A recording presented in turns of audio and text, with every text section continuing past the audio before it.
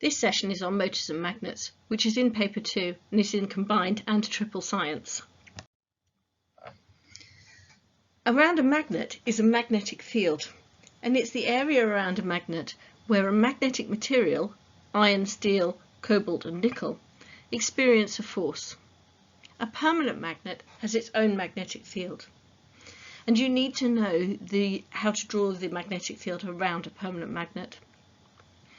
The poles of the magnet are where the force is strongest, and you can see this because the lines are closest together. And the strength of the magnetic field depends on the distance from the magnet. The further away you get, the weaker the magnetic field. Magnetic field lines go from north to south pole, and when you draw a magnetic field line, you must put an arrow on it. When two magnets are brought together, they exert a non-contact force on each other, and unlike poles attract and like poles repel. Only two magnets can repel each other. The magnetic materials include iron, steel, nickel and cobalt, and these become induced magnets when they're placed in a magnetic field. So the paperclip in the picture at the top becomes a little magnet when it's near the permanent magnet, with a north pole near the south pole of the permanent magnet.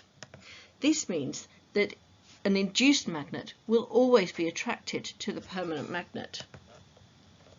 The induced magnet loses its magnetism quickly when it's removed from the magnetic field. A compass is a small bar magnet which is suspended so it can rotate, and it lines up with the Earth's magnetic field. The behaviour of a compass shows us that the core of the Earth must be magnetic, and it has a south magnetic pole at the geographic north pole. We also use plotting compasses to plot the field around a bar magnet, and the direction of the compass arrow is the direction of the magnetic field. Every wire carrying a current has a magnetic field around it, and when the current flows, this magnetic field is produced around the wire. The strength of the magnetic field depends on the current through the wire and the distance from the wire. We use a circle with a cross in it to represent a wire going into the page, and this is shown in the bottom left diagram. The field lines around this would be clockwise.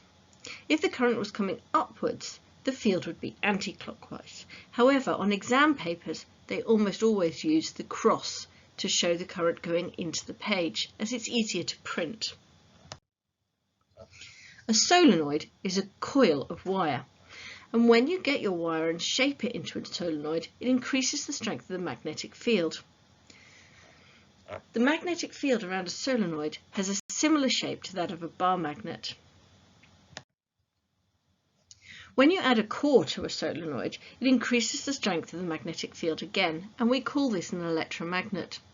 Electromagnets are better than permanent magnets as they can be turned on and off, and you can make them very strong. To increase the strength of an electromagnet, you must add more turns, use a bigger current, or add an iron core. When a current carrying a conductor is placed in a magnetic field, the field and the conductor exert a force on each other, and this is called the motor effect.